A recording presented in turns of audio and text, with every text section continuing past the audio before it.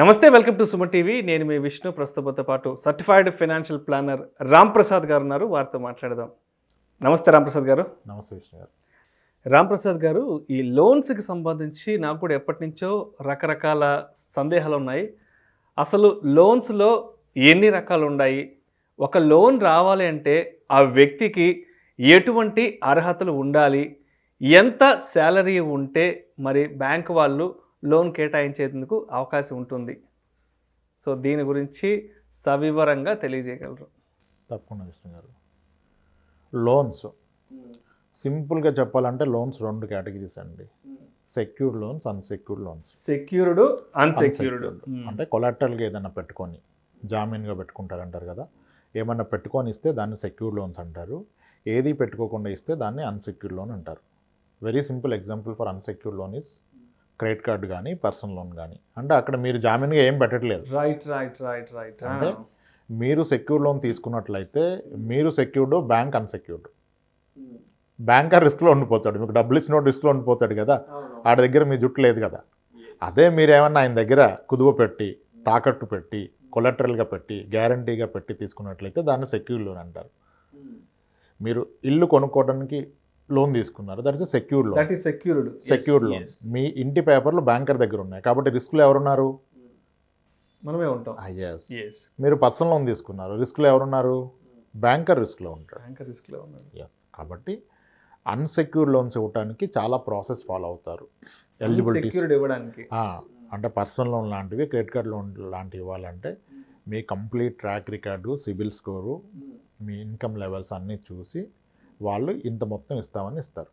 మీరు secured loan తీసుకున్నప్పుడు మీరు ₹1,00,00,000 ప్రాపర్టీ కొన్నారు, 50 లక్షలు 70 లక్షలు లోన్కి వెళ్తున్నారు, బ్యాంకర్కి సేఫ్. కాస్త అటు ఇటు కొన్నా మీకు లోన్ ఇవ్వచ్చు. ఓకే. అలాగే కార్ లోన్కి వెళ్తున్నారు, బ్యాంకర్ సేఫ్, ఎందుకంటే వెహికల్ ఆయన పేరు మీద ఉంటుంది, ఎప్పుడైనా రికవర్ చేసుకోవచ్చు. గోల్డ్ లోన్కి వెళ్తున్నారు, ఇంకా సేఫ్, బ్యాంకర్ సేఫ్. ఎస్, అలా ఇస్తారు. అయితే ఈ సెక్యూర్ లోన్స్లో కూడా మీకు ఇన్కమ్ ఉంటేనే లోన్ ఇస్తారు. అంటే కొన్నిట్లో ఇన్కమ్ లేకుండా లోన్ ఇస్తారు. ఇది చాలా ఇంపార్టెంట్ పాయింట్. సెక్యూర్ లోన్, ఇప్పుడు నేను హౌస్ కొంటాను, నాను ₹1,00,00,000 ప్రాపర్టీ కొంటాను, నా దగ్గర 50 లక్షలు ఉంది, మీరు నాకు 50 లక్షలు లోన్ ఇవ్వండి అంటే మీకు ఇన్కమ్ ఏముంది, మీరు ఎలా పే చేస్తారో అడుగుతారు. సో మనకున్న ఆదాయ మార్గం ఏంటనేది బ్యాంక్ చూపించాలి. How do you repay? నెల వచ్చే లోపల ఈఎంఐ ఎలా కడతారు, సర్వీసింగ్ ఎలా చేస్తారనేది క్వశ్చన్ కదా. అలా చేయకే కదా చాలా బ్యాంక్స్ ఇబ్బందుల్లో పడ్డాయి కార్పొరేట్స్కి లోన్స్. ఓకే, వీళ్ళు కార్పొరేట్ విషయంలో చేయరు కానీ ఇండివిజువల్ విషయంలో చాలా కేర్ఫుల్గా ఉంటారు బ్యాంకర్స్. సో మీరు ఎలా రీపే చేస్తారు, మీ ఇన్కమ్ ఎంత అంటే, ఇన్కమ్ సాలరీడ్ అయితే క్లియర్గా పే స్లిప్ మీద తెలిసిపోతుంది. బిజినెస్ వాళ్ళు అయితే ఐటీఆర్లో తెలిసిపోద్ది. చాలా మంది బిజినెస్ వాళ్ళు ఇన్కమ్ ఉంటుంది కానీ ఐటీఆర్ తక్కువ ఫైల్ చేస్తారు, తీరా లోన్కి వచ్చినప్పుడు ఇబ్బంది అయిపోతుంది. ఓకే. సో హోమ్ లోన్ తీసుకోవాలన్నా సరే మీకు ఇన్కమ్ ఉండాల్సిందే. మీరు ₹1,00,00,000 ప్రాపర్టీ కొంటున్నారు, 50 లక్షలు మీరు పే చేస్తున్నారు, మీకు కావాల్సిన 50 లక్షలు అయినా సరే ఈ 50 లక్షలకి నెలకు ఒక 40,000 ఈఎంఐ అంటే మీరు 40,000 ఎలా పే చేస్తారు అనేది క్వశ్చన్ అక్కడ. అప్పుడు మా ఇన్కమ్ ఒక 40,000 ఉందండి, పే చేస్తారంటే ఎవడు? మీ ఇన్కమ్ 40,000 ఉంటే మొత్తం ఇక్కడ పే చేస్తే మీరేం తింటారు? ఓకే. అందుకనే ప్రతి బ్యాంకర్కి, అంటే మోరార్లెస్ అన్ని బ్యాంకర్స్కి ఒక రూల్ ఫాలో అవుతారు. అదేంటంటే మీ ఇన్కమ్లో అంటే 1 lakh బిలో ఇన్కమ్ ఉన్న వాళ్ళకి 30,000, 22,000 నుంచి లోన్స్ ఇస్తారు, 18,000 కూడా ఇస్తారు. టు 1 lakh వరకు మధ్యలో ఉన్న వాళ్ళకి మీ ఇన్కంలో సగం మాత్రమే మీ ఈఎంఐస్గా ఉండాలని ఒక రూల్ ఉంది. అంటే ₹60,000 మంత్లీ టేక్ హోమ్ శాలరీ ఉంటే అతని overall EMI per month EMI 30,000కి మించి ఉండకూడదు, అన్ని లోన్స్ కలిపి. ఇది బ్యాంక్ యొక్క రూలు. కానీ జనాలు ఏంటంటే దీన్ని ఎలా బ్రేక్ చేయాలని చూస్తారు. చాలామంది ఉంటారు, కాల్ చేస్తారు, సార్ డెట్ రీకన్సిలేషన్ చేయాలి సార్, ఈఎంఐలు ఎక్కువైపోయినాయి సార్ అంటారు. ఎంత సార్ సాలరీ అంటే 80,000 అండి, ఈఎంఐలు ఎంత సార్ అంటే 65,000 దాకా ఉంది సార్ అంటాడు. 65,000 దాకా మీకు ఎలిజిబిలిటీ లేదు. ఎలా వచ్చింది సార్ 65,000 మీకు ఎలిజిబిలిటీ లేదంటే, అదే సార్ తీసుకున్నాను లేండి సార్ అంటారు. తీసుకోలేదు సార్, మీరు బ్యాంకర్ని మోసం చేశారని చెప్తాను. ఎలా చేస్తారు అంటే వీళ్ళు ఏం చేస్తారు, ఇప్పుడు పర్సనల్ లోన్స్ అన్నీ నార్మల్గా కొన్ని డిఎస్ఎస్ నుంచి ప్రాసెస్ చేపిస్తే వాళ్ళకు కమిషన్ వస్తుంది కదా. ఏ ప్రోడక్ట్ అయినా కమిషన్ ఉంటేనే అమ్ముతారు, ఏది ఫ్రీ ఉండదు అంటారు కదా, there is no free lunch అన్నట్టుగా. సో ఇతను ఏం చెప్తాడు, ఆ లోన్ ప్రాసెస్ చేసే ఏజెంట్కి, బ్రదర్ నాకు ఎలిజిబిలిటీ ఎంత ఉందని అడిగారు. ఆయన చెప్పాడు, సార్ మీ శాలరీ 50,000 ఉంది కనుక మీకు ₹14 లక్షల లోన్ ఎలిజిబిలిటీ ఉంది అంటారు ఆయన. 14 లక్షలు లోన్ తీసుకుంటే మీరు 28-30,000 కట్టాలి పర్ మంత్ ఈఎంఐ. సో ఇంత మీ ఎలిజిబిలిటీ సార్, 60,000 శాలరీ అనుకోండి, 30,000 అని చెప్తారు. కానీ నేను ఏమంటాడంటే బ్రదర్ నాకు అంతకంటే ఎక్కువ కావాలి, మనకు ఒక 20 లక్షల వరకు 25 లక్షలు కావాలి, ఎలా నువ్వు చేయగలవు అంటాడు. అంటే వచ్చే జీతం కంటే ఇంకా అంతకు మించిన అది ఈరోజు ఈ క్షణాన్ని అది ఆలోచించరు.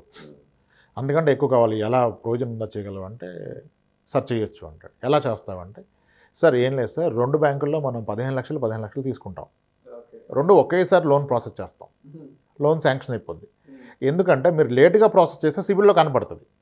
మీ అకౌంట్ స్టేట్మెంట్ తీసుకున్నప్పుడు మీకు 15 లక్షలు డిపాజిట్ అయితే మొన్న లోన్ తీసుకున్నారు కదా అని వాడు ఇవ్వడు మళ్ళీ ఎలిజిబిలిటీ. వీళ్ళేం చేస్తున్నారు తెలివిగా 2 బ్యాంకుల్లో ఒకేసారి లోన్ ప్రాసెస్ చేస్తారు, రెండిట్లో ప్యారల్గా శాంక్షన్ అయిపోద్ది. అయిపోయాక ఒకే రోజు రెండింటికి అగ్రిమెంట్ సైన్అప్ చేసి పెట్టేస్తే డిస్బర్స్మెంట్ సేమ్ డే అయిపోతుంది. సో మీ అకౌంట్లో 30 లక్షలు పడిపోద్ది. ఈ సేఫ్ ఇతన్ని అచీవ్ అయిపోయాడు, 30 లక్షలు లోన్ తీసుకున్నాడు. ఆ రోజుకి ఆ టైంకి అతను అచీవ్ అయిపోయాడు, 30 లక్షలు లోన్ తీసుకున్నాడు. ఈ 30 లక్షల్లో ఏం చేస్తున్నాడు అనేది ఇంకో క్వశ్చన్. అది అక్కడ ఎవరో చెప్తే అది ఇంకోటి, ఒక ఇన్వెస్ట్మెంట్ పెడతాడు. ఈ 30 లక్షలకి 60,000 ఈఎంఐ కట్టాలి కదా, 60,000 ఈఎంఐ కట్టాలి కదా. మరి 60,000 ఈఎంఐ కట్టాలి, ఈయన శాలరీ 60,000 ఉంది. యాక్చువల్గా బ్యాంక్ లెక్కలు అయితే 30,000కి మించి అర్హుడు కాదు, 30,000కి మించి 30,000. ఇప్పుడు ఈయన 60,000కి ఈఎంఐ పెట్టుకున్నాడు. ఈ 60,000 ఈఎంఐ కట్టడం అవ్వక మళ్ళీ కొత్తగా అప్పులు మొదలు పెడతారు. దానికి చిట్టీలు కడతారు, ఫ్రెండ్ పేరు మీద పర్సనల్ లోన్ తీసుకుంటాడు, అవి ఆన్ టైం కట్టలేడు, రిలేషన్ పోతుంది. ఆఖరికి ఎక్కడికి వస్తుంది అంటే ఈ 30 లక్షలు పెట్టి ఏ ప్రాపర్టీ అయితే కొన్నాడో ఆ ప్రాపర్టీ అమ్మాల్సి వస్తుంది. అది అమ్మది కూడా మొత్తం అప్పులు తీరవు. 30 లక్షల ప్రాపర్టీ కొన్నందుకు గాను ఈయన మంత్లీ ఖర్చుల నిమిత్తం, పిల్లల ఎడ్యుకేషన్ నిమిత్తం కొత్తగా అప్పు చేస్తూ పోతున్నాడు కదా. బియాండ్ ఆఫ్ పాయింట్ చూస్తే ఆ ప్రాపర్టీ 40 లక్షలు అవుతుంది, వాట్ ఎవర్ ఇన్వెస్ట్మెంట్, ప్రాపర్టీ అని చెప్పడం కదా, ఎనీ ఇన్వెస్ట్మెంట్. కానీ నేను అప్పులేమో 55 లక్షలు 60 లక్షలు అయిపోతాయి. అలా చాలామంది ఇబ్బంది పడతారు. క్లియర్గా బ్యాంకర్ మీకు ఎంత ఎలిజిబిలిటీ ఇస్తే అది హానెస్ట్గా జెన్యున్గా అదే మీ ఎలిజిబిలిటీ. దాని బియాండ్ వెళ్తే మీరు స్ట్రగుల్ అవుతారు. అంతేగాని వ్యవస్థను మోసం చేద్దామని చూస్తే మోసపోయేది మనమే. కొందరికి ఈ టైంలో కొన్ని థాట్స్ వస్తాయి, ఏం కాదు నేను లోన్ సెటిల్ చేసుకున్నాను, నువ్వు సెటిల్ చేసుకో అంటాడు. ఇప్పుడు 35 ఏళ్ళ వయసులో ఉన్నాడు, 2 పిల్లలు ఉన్నారు, ఇప్పుడు ఇబ్బంది అయిపోయింది, ఒక క్రెడిట్ కార్డు ఎక్కువగా వాడేశాడు. నేను సెటిల్ చేసుకున్నా, వాడు 3 లక్షలు ఉంటే నేను 1,00,000 కట్టాను, ఏమని లేదు, నాకు సెటిల్మెంట్ వచ్చేసింది, నోటివ్ సర్టిఫికేట్ ఇచ్చాడు అంటాడు. అది నిజమనుకుని నోటివ్ తీసుకుంటాడు. అంటే నువ్వు సెటిల్ చేసావని రాసిస్తాడు. ఎంతో ఇబ్బంది పెట్టి ఇంకా మొండి బాకీ అయిపోయింది, వసూలు చేసుకోలేక పలానా అమౌంట్కి సెటిల్ చేశాను, ఇంకా నువ్వు నాకు డ్యూ లేవని రాసిచ్చి ఆ 1,00,000 తీసేసుకుంటాడు. ఈయన అయిపోయింది అనుకుంటాడు, కానీ అది అక్కడితో అయిపోదు. ఈయన పేరు మీద అది ఇతని ట్రాక్లో కనపడతా ఉంటుంది కదా, అది చూసినప్పుడు కొత్తగా లోన్ ఎలా ఇస్తాడు ఎవడో. ఈయన అనుకుంటాడు, నీ లోన్స్ ఎప్పుడు ఇబ్బంది, నేను తీసుకోను, ఈ క్షణాన్ని ఇది అయిపోయింది, ఇంక నేను జీవితంలో నాకు బుద్ధి వచ్చింది, లోన్ తీసుకొని అంటాడు. ఈరోజు పరిస్థితులు కాదు, ఓకే, రేపు పిల్లలు పెద్దయ్యాక లోన్ అవసరం అయితే, ఎడ్యుకేషన్ లోన్ అవసరం కావాలి, ఇల్లు కొనాలి లోన్ కావాలి, కారు కొనుక్కోవాలి లోన్ కావాలి, అప్పుడు రాదు కదా సిబిల్ ట్రాక్లో. ఈ లోపల సిబిల్ స్కోర్ అంతా ఒక్కసారి పోతే ఎలిజిబిలిటీ ఉండదు. కానీ అప్పుడు చాలా ఆయన కన్విన్స్ చేసుకుంటాడు, నాకు అవసరం లేదు, నేను జీవితంలో లోన్ తీసుకొని తప్పైపోయింది అంటాడు. కానీ జీవితంలో లోన్ తీసుకునే ప్రసక్తే లేదు. ఈ రోజు చెప్పలేరు కదా జీవితం ఎలా ఉంటుందో, చాలా పెద్దది జీవితం. పిల్లల అవసరాలు, మీ అవసరాలు, ఇల్లు కొనాలి, కారు కొనాలి. అప్పుడు 2 లక్షలు శాలరీ ఉన్నతను కూడా సిబిల్ ఇష్యూ ఉంటే ₹1,00,000 బ్యాంకర్ లోన్ ఇవ్వడం. మీకు ఫ్రెండ్ ఎవరైనా 2 లక్షలు ఎలా ఇస్తారు, ఎవరు ఇవ్వలేరు. మీకు ఈజీగా లోన్ ఇచ్చేది, తక్కువ రేట్లు ఇచ్చేది బ్యాంకరే. దానికి మీ సిబిల్ని మీరు కాపాడుకోవాలి. అయితే ఈ సిబిల్ కాపాడుకోకుండా మీకు ఎటువంటి ఇన్కమ్ లేకుండా కూడా లోన్స్ వచ్చే అవకాశం ఉంది. సిబిల్తో పని లేకుండా, నెలవారీ ఇన్కమ్ లేకుండా అదేంటంటే అన్నిటి మీద ఇవ్వడు. వాటికి ఇవ్వడానికి ఏంటంటే మీ పేపర్ అసెట్స్కి ఎగ్నెస్ట్గా లోన్ ఇస్తారు. ఇది చాలా ఇంపార్టెంట్ ఆప్షన్, ఎవరు తెలుసుకోరు దీన్ని. పేపర్ అసెట్స్కి ఇస్తారు. పేపర్ అసెట్స్ అంటే ఏంటి, మీ ఫిక్స్డ్ డిపాజిట్స్, మీ పీపీఎఫ్ ఇన్వెస్ట్మెంట్, మీ మ్యూచువల్ ఫండ్స్, మీ స్టాక్స్, ఓకే, మీ ఇండెక్స్ ఫండ్స్, అంటే స్థిరాస్తులకు కాకుండా మీరు చెప్పినట్టు పేపర్ని చాలా ఈజీ కదా. ఇప్పుడు మీకు ఇంటి మీద లోన్ ఇవ్వమంటే ఇన్కమ్ అడుగుతాడు, గోల్డ్ మీద లోన్ ఇవ్వమంటే ఇన్కమ్ అడగడు, మీ సిబిల్ స్కోర్ అడగడు. ఎందుకు, మీ 10 లక్షల రూపాయలు గోల్డ్ తీసుకెళ్ళి వాళ్ళు లాకర్లో పెడితే మీకు 4 లక్షలు ఇచ్చాడు, ఆయనకి ఏమి ఇబ్బంది, ఆయనకి ఇబ్బంది లేదు. 2-3 నోటీసులు ఇస్తాడు, 3వసారి అమ్మేసుకుంటాడు, ఆయన సేఫ్. కాబట్టి దానికి మీకు సిబిల్ అవసరం లేదు, ఇన్కమ్ అవసరం లేదు. అలాగే మీ ఫిక్స్డ్ డిపాజిట్ ఉంది 5 లక్షలు, దానికి అగెనిస్ట్గా మీరు 3 లక్షలు లోన్ అడిగారు, ఇబ్బంది ఏముంది, మీరు కడితే ఓటీ కడతారు, కట్టకపోతే 5 లక్షలు అడ్జస్ట్ చేసుకుంటాడు. మీ ఇన్సూరెన్స్ పాలసీకి అగెనిస్ట్గా లోన్ ఇస్తారు. వాటికి ఇటువంటి లోన్స్ అంటే ఇవన్నీ పేపర్ అసెట్స్ గుర్తుపెట్టుకోండి. ఒక గోల్డ్ పక్కన పెడితే మీ ఫిక్స్డ్ డిపాజిట్స్ కానీ, మ్యూచువల్ ఫండ్స్ కానీ, మీ స్టాక్స్ కానీ, ఇవన్నీ ఏంటి, పేపర్ అసెట్స్, పేపర్ మీద ఉన్నాయి. ఆ పేపర్ ఆయన దగ్గర ఉన్నప్పుడు పూర్తి రైట్స్ ఆయన దగ్గర ఉంటాయి. కాబట్టి ఆయన కంఫర్టబుల్గా ఇస్తాడు.